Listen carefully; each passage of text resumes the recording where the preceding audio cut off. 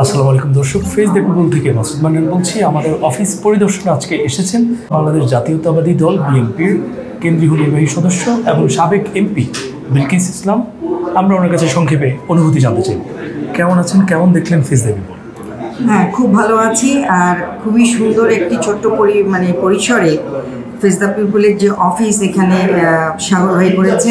আজকে আসলাম প্রথম, কিন্তু সব কিছু মিলে এখানকার স্টাফ, এখানকার কনফারেন্স রুম, মিটিং রুম কিংবা স্টুডিও সব কিছু খুবই সুন্দর। বিশেষ করে স্টুডিওটা যেটা দেখলাম, সেখান থেকে যে বাইরের সিন নয়নাভিরাম। বাংলাদেশ ঢাকায় তো আমরা খুব যান্ত্রিক পরিবেশে থাকি, কিন্তু এখান থেকে খুবই সুন্দর একটি সিনারি দেখা যায় এবং পরিবেশ ভালো হলেই সব কিছুই ভালো হয় আমি মনে করি। সাগর ভাই যখন কানাডায় ছিলেন, তার সঙ্গে পরিচয় হওয়ার পরে একদিন উনি আমাকে বলছে যে বিলকিস আপা, কিছু একটা করতে হয়। বাংলাদেশে আমি জার্নালিজম করেছি, কিন্তু এখানে আসার পরে তো আমি চাকরি করি, কিন্তু কিছু একটা করা দরকার, বলেন তো কি। আমার সঙ্গে সে কথা বলার পরে প্রথম টক শোটা সে আমাকে নিয়েই করেছে।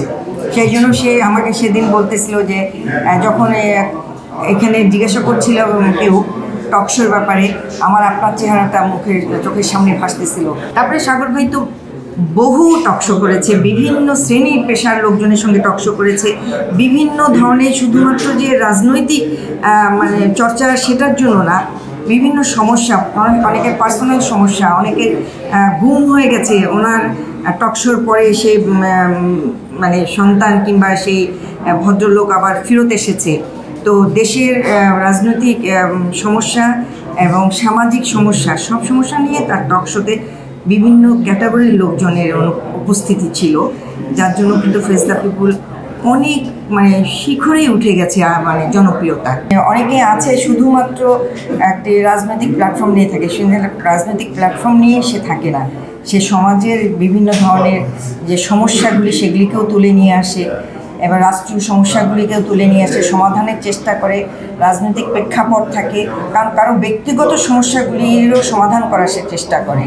তাই এইটাই হলো তার বহুমুখী যে প্রতিভা, তারই প্রমাণ মেলে এই ফেস দ্য পিপলের টক শোর মাধ্যমে এবং ফেস দ্য পিপলের যে কার্যক্রম।